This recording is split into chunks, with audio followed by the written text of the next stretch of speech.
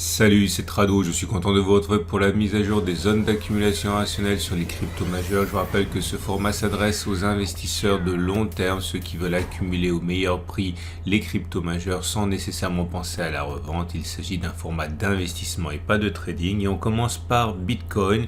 Bitcoin, on le savait depuis plusieurs semaines et en particulier la semaine dernière, on était dans un biseau ascendant.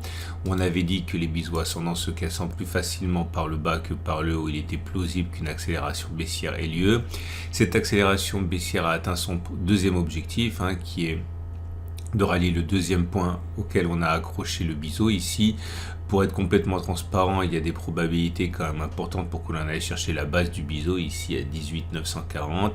La bonne nouvelle, c'est que c'est quelque chose qui reste assez classique et pas du tout chaotique. Et à partir de là, un retour sur ce support trimestriel consisterait surtout en une excellente opportunité d'achat pour ceux qui croient à l'avenir de Bitcoin pour le long terme. En tout cas, le premier rebond a lieu actuellement, ce qui signifie que ceux qui ont pris des positions vendeuses sont en train de prendre leur profit au même moment où certains commence à construire des positions acheteuses, mais comme je l'ai dit, les 21 240 20 620 qui sont une zone d'accumulation rationnelle ne sont pas forcément le terminus du mouvement baissier en cours, et je privilégie toujours un retour sur le support trimestriel, tout en sachant que rien n'étant sûr, les accumulateurs peuvent commencer déjà dès la zone actuelle. On regarde la moyenne mobile à 200 jours, malheureusement elle est toujours baissière puisqu'on est en dessous de la M200 qui descend. La moyenne mobile à 50 jours qui témoigne de la tendance de fond n'est plus haussière, elle l'a été, elle ne l'est plus, puisqu'on est en dessous de la M50, mais celle-ci monte encore, donc la tendance de fond est seulement neutre pour l'instant. Les bougies Aiki-Nashi indiquent sans surprise que la pression maintenant est baissière. On le voit à la présence de bougies rouges longues sans mèche haute, donc il est plausible que l'on continue de baisser plutôt que l'on ait fait les plus bas.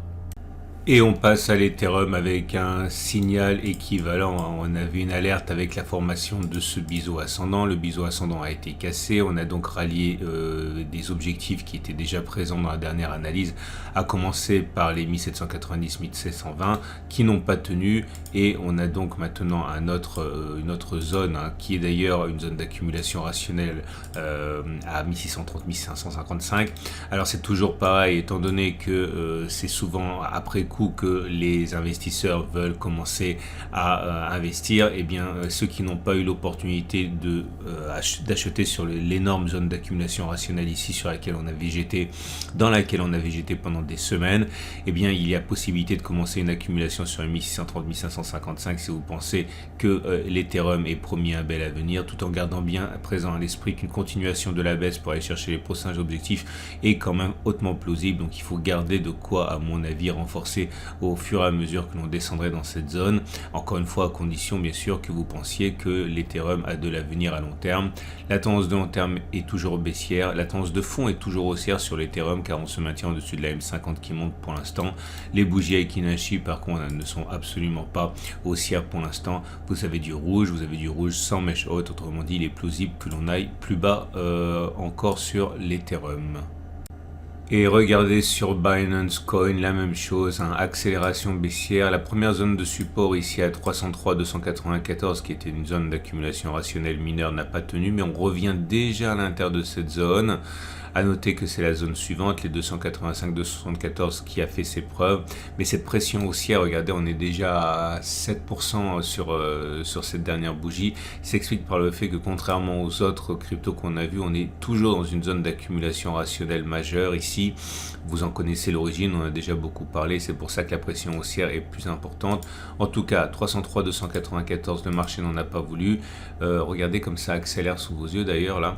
En tout cas, pour l'instant, la tendance de long terme est baissière, la tendance de fond est toujours haussière, et les bougies Aiki-Nashi se remettent plus rapidement de leurs émotions ici, avec une première bougie verte. Alors attention, elle n'est pas haussière cette bougie, il faudrait qu'il n'y ait pas de mèche basse et qu'elle soit longue pour qu'elle le soit, mais en tout cas c'est pas une bougie baissière, même si elle est simplement en construction pour l'instant, donc pas de précipitation, mais vous remarquez que encore une fois les analyses techniques ont repéré cette zone des 285-274, elle est évidente selon les bases, c'était une zone de support déjà ici, donc on est bien sur zone d'accumulation rationnelle sur Binance Coin.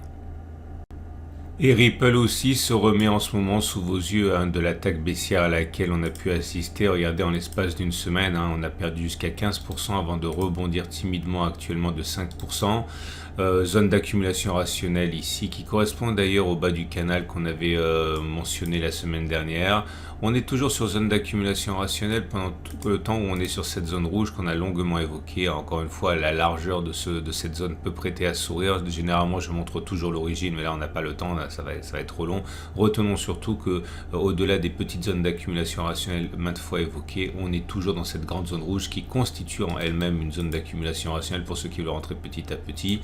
Malheureusement, la tendance de fond n'est plus haussière puisqu'on est en dessous de la M50. La tendance de long terme non plus, on est en tendance baissière, mais les bougies Aiki-Nashi là aussi montrent que même si ce n'est pas haussier pour l'instant, il y a des signes quand même que la pression baissière s'amenuise puisque là, les bougies sont rouges mais de plus en plus courtes. Donc c'est un signe d'affaiblissement de la tendance baissière sans qu'il s'agisse pour l'instant encore d'une tendance haussière établie. Et regardez pour terminer, non pas pour terminer, avant-dernière crypto Cardano, toujours pareil, biseau ascendant cassé, zone d'accumulation rationnelle.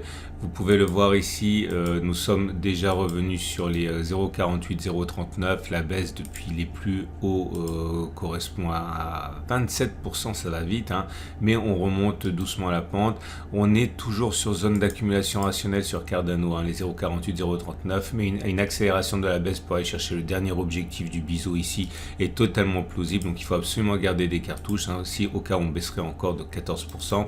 Donc la tendance de long terme ici est baissière, la tendance de fond est baissière et les bougies Aiki-Nashi ne montrent pas, comme pour les autres cryptos, de pression haussière. C'est toujours une pression baissière qui est là, qui constitue, je le répète, une opportunité pour ceux qui veulent accumuler pour le long terme en faisant confiance à Cardano.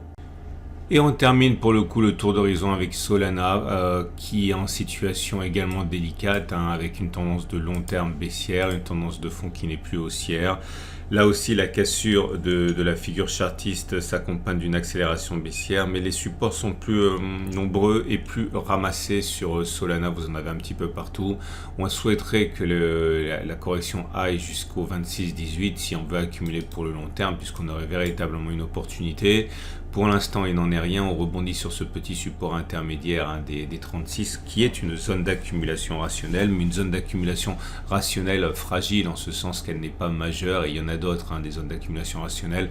Donc c'est à considérer uniquement pour ceux qui n'ont pas eu l'occasion de renforcer avant sur des niveaux qui étaient quand même plus intéressants. La tendance, on l'a dit, est baissière et les bougies Aiki-Nashi sont toujours baissières pour l'instant. Vous voyez, bougies rouges sans mèche haute. Mais là aussi, vous voyez le raccourcissement des bougies montre que la pression baissière s'amenuise un petit peu. On a fait le tour de nos cryptos préférés.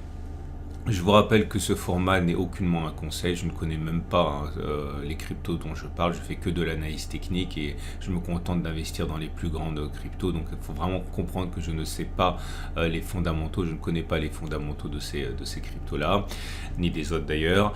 Je souhaite une excellente semaine, si vous avez aimé le format, je vous invite à considérer de vous abonner, c'est mis à jour toutes les semaines et vous pouvez également liker parce que ça me fait plaisir.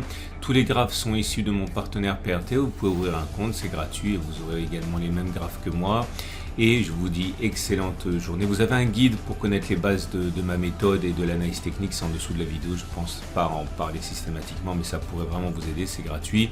Et je vous dis donc à samedi prochain, à dimanche prochain pour la mise à jour.